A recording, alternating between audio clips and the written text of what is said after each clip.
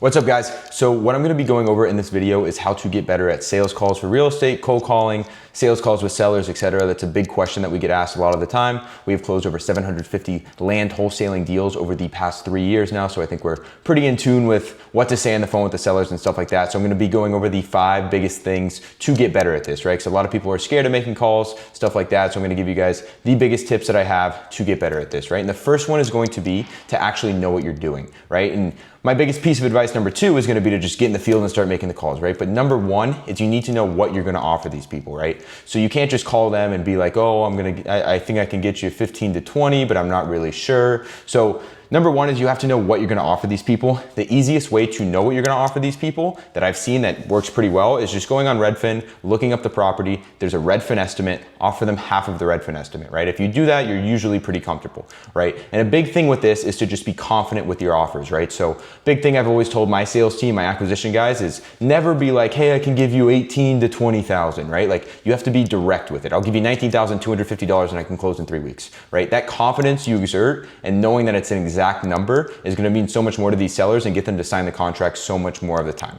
right?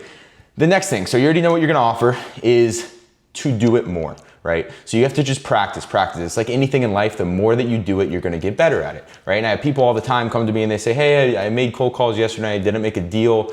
How do I cold call? What's the script? How do I get better? Why are you so good at this, etc., right? And my answer to them is I've probably made 50 to 100 cold calls every single day. Let's even say 50 cold calls on average a day for the last 3.5 years, right? So over 1,000 days.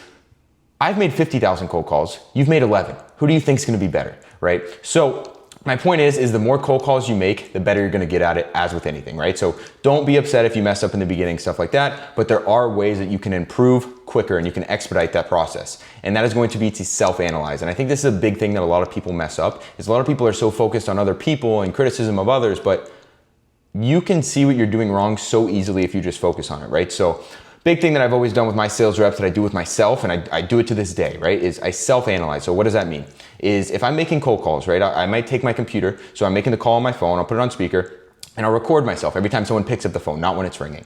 And I'll just pause it every time the call ends and just do it again, right? So I might have 2 hours of talk time in a day, right, where I talk to sellers for 2 hours. And what I do is I'll listen to those calls back and, ooh, I shouldn't have said that there. Ooh, when they said that rebuttal, I should have said this instead. And I write it down. And the next time you do it, you won't make that mistake. And if you do that every single evening when you're making cold calls, it's crazy how much quicker you'll get better at it, right? So you'll notice your mistakes, you'll correct your mistakes, everything like that, right? And the first person that's gonna watch this YouTube video is not you guys, it's gonna be me. And I do this with every single piece of content I make, every podcast. The first thing I do is I watch it back and I say, why did I say there? Why did I say like there? I shouldn't have stuttered here. I shouldn't have said this. I shouldn't have done that. And it helps you so much when you're starting to try to improve your way of speaking, communicating with people, and just your sales presence in general, because you're just giving yourself feedback and you can actually see it real time what you're messing up and what you need to improve on, right? If you guys saw me trying to film some of these videos, I have some videos that I filmed 2.5 years ago, and it's crazy how many times I'm saying stuttering, and I'm terrible behind the camera, versus now you can watch this back, and I'm sure I'm 2 minutes in right now. I'm sure this whole thing's gonna be relatively clean because I'm analyzing all these videos and writing down what I'm messing up, right?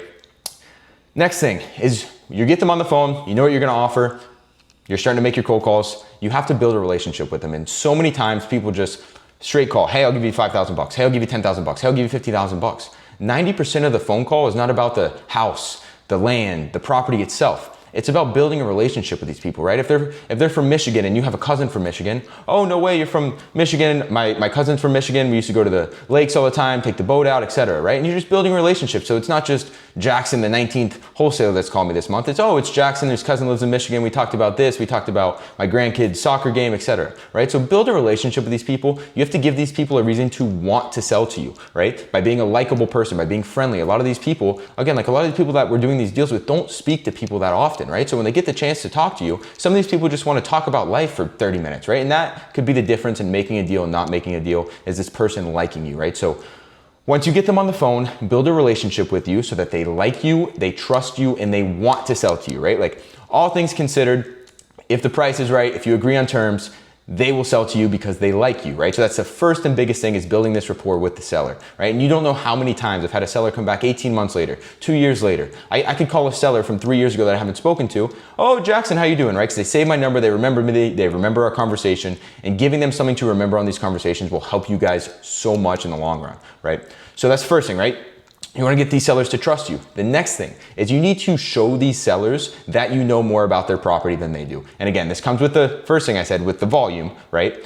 But for an example, I'll call a seller, build a relationship with them, and then I'll say, hey, do you have a wetland survey on this? Do you know what the topography is? Do you know what the utilities look like? Do you have any impact fees left? And I'm just blowing these people up with questions that they have no idea the answer to, right? So what they're going to do is they're going to say, okay, whoa, Jackson knows way more about this property than I do, right? So when it comes to give an offer, if you offer them $20,000, they're not gonna say, no, it's worth 50, because they already trust you and they know you know more about it than them. So if you tell them it's worth 20, they might not wanna sell it for 20, but at least they understand it's actually worth $20,000, right? Because you know more about the property than them, right? So once you build a rapport with them, you have to start asking them questions about the property that they probably will not know, just to show them that you know what you're talking about, right? And anything I know about real estate in the area, I will dump on them in this phase, right? So, oh yeah, cost to build went from $200 a square foot to $225 a square foot. So now it's more expensive for builders to build homes. So these lot prices went down because now it's 300 grand to build a house instead of $270,000 because the price to build went up, right? And the impact fees right now just are pretty high. I know North One's getting utilities next month, so I know that's gonna kind of change the market to shift a little bit. I know wetlands is a little bad in this area. If it has 70% wetlands, I can't build on the property. I need to get the mitigation done. Sometimes wildlife affects the property, and there might be turtles, owls, eagles on this property, and you're just spitting game at them, right? So now what happens is you called them, obviously. First thing you said is, hey, are you interested in selling? Are you the owner, right? So they gave you the interest. Then they like you and they trust you. After they like you and they trust you, they know that you're more knowledgeable about the property than them, right? So whatever you tell them your offer is, they know it's gonna be like, okay, it's actually worth that because I trust Jackson and he knows more about this than me. So it's just you give their offer and then you just wait and see whether or not they want to sell or not. Some people are like, oh, I can't sell for $20,000. I overpaid $30,000 and I got taxes in it. I'm just losing too much money. I can't sell it. Fine, right? But the majority of the people, if you build this relationship with them, you show them that you're actually trying to help them out. You genuinely are trying to help them out, right? And guys, I'm not telling you guys this to go be bad people and try to rip people off. That's not the point of this, right? If I have a builder at 50,000, I'm gonna offer 46, right? I just wanna make my 8, 10, 12% on these deals, and I wanna actually help the seller where they couldn't find a builder, and I wanna help the builder find the land, right? So I'm genuinely trying to help these people, and they can see the authenticity when we're on the phone, right? So they trust you because you're authentic and a good person. They know you know more about the property than them.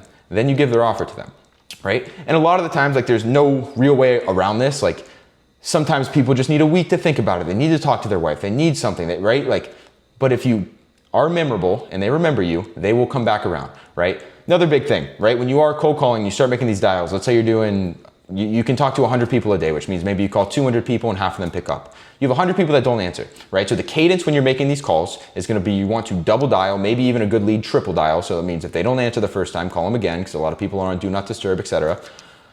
Call them 2 times. They don't answer, leave them a voicemail. Hey, my name's Jackson. I'm just calling about this property XYZ. If you have interest in selling, give me a call back at, name your phone number 2 times. Hang up, send them the same message. Hey, my name's Jackson. I was just giving you a call about this property. If you're interested in potentially maybe selling, give me a call back at XYZ, your phone number, right? Next thing you're gonna do, very important, a lot of people mess this up, is they just leave these voicemails. People start blowing them up the next day.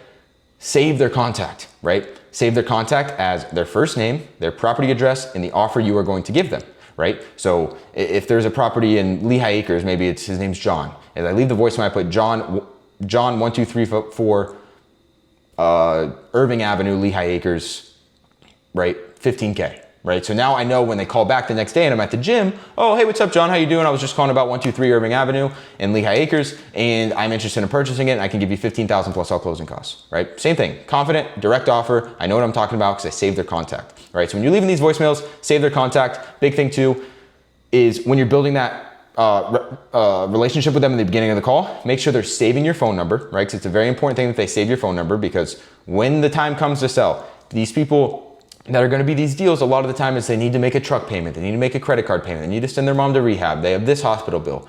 they need to sell their land. They're just gonna sell it to the first person that comes to mind. And if that's your name and you're saved in their phone, you have no idea how many deals come back around full circle when you build that relationship with them and they save your contact in their phone, right? So make sure they're saving your contact, make sure you're saving their contact, and make sure you're following up with these people, right? If someone says, give me a month to call you back, make sure in a month you call them back, right? So that's the biggest thing. But my biggest piece of advice for anyone getting started out, once you understand what to offer these people, which again is easy with the Redfin estimate, is just practice, practice, practice, and then give yourself feedback, right? So record your calls, listen to your calls, write down what you said wrong, write down what you could do better, do it every single day. And in 6 months, like it's crazy to me. And I'll talk to these people and I'll say, how many cold calls are you making? I'm like, 17, right? And it's like, if you made 100 a day and you talked to 50 people a day and you analyzed all 50 calls every single day, and you did this for 6 months, and you did this for 180 days, imagine how much better you'd be on the phone. Imagine how many deals you'd make. It's crazy to me to think about that people think that they can make